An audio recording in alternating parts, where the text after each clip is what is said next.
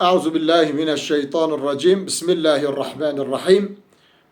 Elhamdülillahi Rabbil alemin ve salatu ve selamu ala Resulina Muhammedin ve ala alihi ve sahbihi ecmain. Yine bir videoyla sevgili dostlar karşınızdayız. Bir hadisi şerif okuyacağım. O hadisin manasını söyleyeceğim inşallah. Rabbim sizleri de bizleri de bu ilimlerden müstefid olan, faydalanan insanlardan eylesin.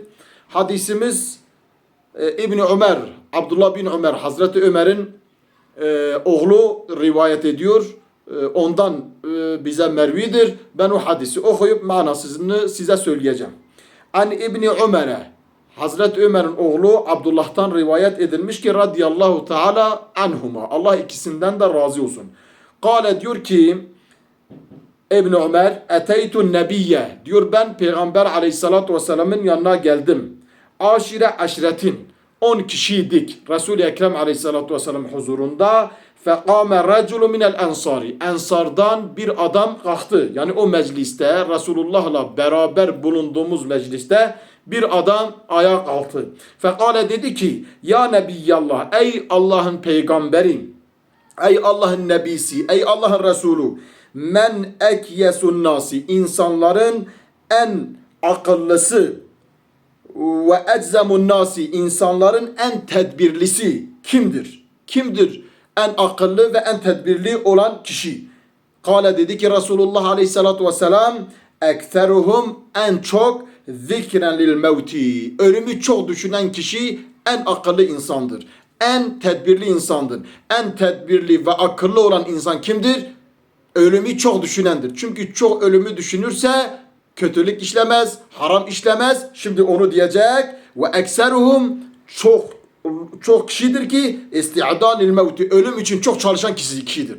Ölüm için çok hazırlanan kişidir. Ölüm için çok hazırlanan kişi en akıllı ve nedir? En tedbirli insandır. Ne zaman? Kable nuzulul mevti, ölüm ona gelmeden önce.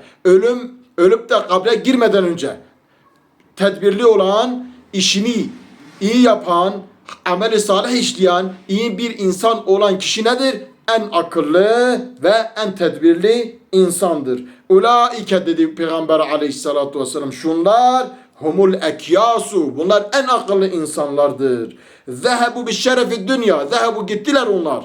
Yani ölümü düşünen, ölümden sonraki hayat için çalışan insan nedir? Zehebu bi şerefi dünya, dünyanın şerefiyle gittiler. Şimdi bir insan öldüğü zaman amel-i salih işlese, iyi işler yapsa, öldüğü zaman insanlar ona ne der? Ya Allah ona rahmet etsin. Ne iyi bir adamdı, ne temiz bir adamdı, ne salih bir adamdı. Allah onun mekanını cennet etsin derler.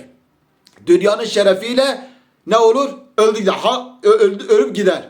Yani şerefli bir ölüm olur. Kötü adam öldüğü zaman biz ne diyoruz? Ya iyi ki öldü gitti. Hırkız bir adamdı, yalancı bir adamdı, dalaverici bir adamdı, sahtekar bir adamdı, tefeci bir adamdı. Bak, böyle olan bir adam öldüğü zaman ölümüne seviniriz ki insanlar ondan kurtuldu. Ama iyiliksever, salih bir adam öldüğü zaman biz ne diyoruz? Allah rahmet etsin. Dünyanın şerefiyle gittiler onlar. Ve kerametil ahireti, bir de ahiretin kerametine, ahirette izzet elde ederek, şeref elde ederek gittiler. Demek ki dünyada insanlar onları hayırla yad edecek, ahirette de Allah onlara merhametiyle muamele edecek. En akıllı insan, ölümü düşünen, ölümden sonra bir hayatın olduğuna inanan ve ölümden sonra hesaba çekileceğini bilip ona göre hareket eden kişidir. En akıllı ve en tedbirli insan. Allahu Teala bizi en akıllı ve en tedbirli insanlardan eylesin.